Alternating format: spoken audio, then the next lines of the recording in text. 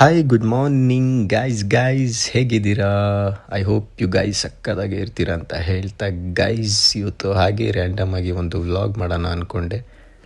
ಹಾಗೆ ಒಂದು 2 kilometres walk ಮಾಡೋಣ ಅಂದ್ಕೊಂಡೆ. ಯಾಕೆ ವಾಕ್ ಮಾಡ್ತಾ ಇದ್ದೀನಿ ಅಂತ ಹೇಳಿದ್ರೆ ಗೈಸ್ ರಂಜಾನ್ ಅಲ್ವಾ ಗೈಸ್, ಸೊ ಓಡಬಾರ್ದು, ಓಡಿದ್ರೆ ಜಾಸ್ತಿ ಟಯರ್ಡ್ ಆಗ್ತೀನಲ್ಲ ಫಾಸ್ಟಿಂಗ್ ಆಗಿರೋದ್ರಿಂದ ರಂಜಾನಲ್ಲಿ ಜಸ್ಟ್ ನಾನು ವಾಕ್ ಮಾಡ್ತೀನಿ. ದೆನ್ ಅದಾದಮೇಲೆ ಎವ್ರಿ ಡೇ ಫಿಟ್ನೆಸ್ ಮಾಡೇ ಮಾಡ್ತೀನಿ ಗೈಸ್. ಸೊ ನಿಮಗೂ ಅದನ್ನೇ ಹೇಳೋದು ನಾನು.